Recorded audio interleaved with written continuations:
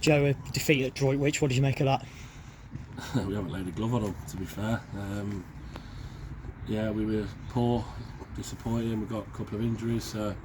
Yeah, bad day all round. You know, they're decent, they're okay. Pitch is poor, it doesn't help, but got to get used to it. You've got to play 21 games away from home. It's not always going to be perfect, is it?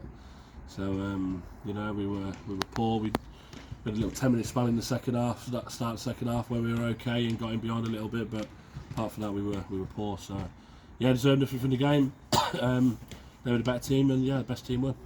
Is it down to sort of conceding poor goals again that sometimes teams don't concede against us?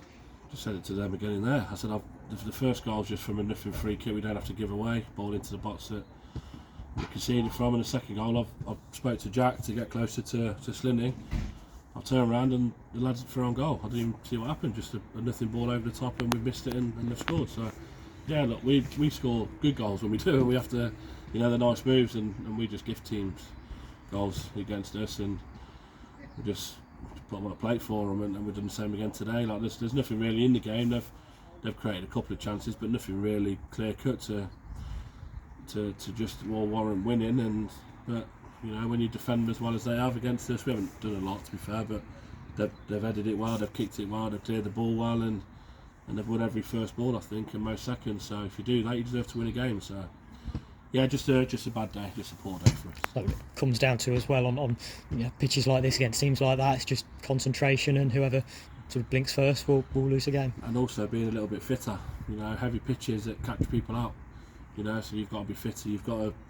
It's all right training and whatever else. You've got to be out doing your own stuff in between and ticking over and making sure you're ready to go. And you know, this time of year is character tests and character building for teams that we've failed today. You know, we've come to a difficult place. They're unbeaten for a long time here, I think, and we've come and stuck against, as I said, a decent team. But you know, there was nothing like the team that we played them at home. But every game's completely different away to when we play at home. You know, and we've got to get used to that. Which, you know, we've lost 8 games in the league now this year, which is poor. It's a bad return. So yeah, we've got to do more between us as staff, and also lads have to take a little bit of responsibility and accountability to be better and be harder to beat. So yeah, that's what we'll try and do now going forward.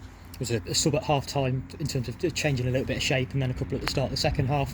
What was the kind of aimed impact of those subs? Just we knew at home we played 2 up top and we caused them problems as a 2. Obviously one of them was Chandler, and he hasn't played today. He's injured, so you know, Lewis is struggling with his stomach as well, and you know, so we didn't get the Lewis Collins that we normally get, who's that willing runner who goes and chases everything down. He hasn't been able to do that today.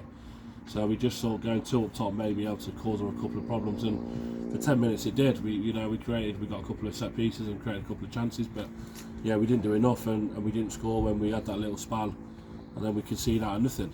You know, we conceded a goal out of nothing when he's still in the game at 1-0, and all of a sudden he goes 2 and the game's done there. We never looked like scoring after that, so it's disappointing, but yeah, move on now. Bit of a break, 2-week break now till our next game. I think Hormond away, so we've got a bit of a break now, which is not nice when you lose a game, because you've got plenty of time to dwell on it and overthink. And I speak to Courtney every day, and I'm sure I will every day between now and Hormond about what went wrong here and what we can change. And yeah, but that's what we've got to do. We've got to probably try and get a couple of bodies in now. We're short, so we're working hard to get a couple in now as well.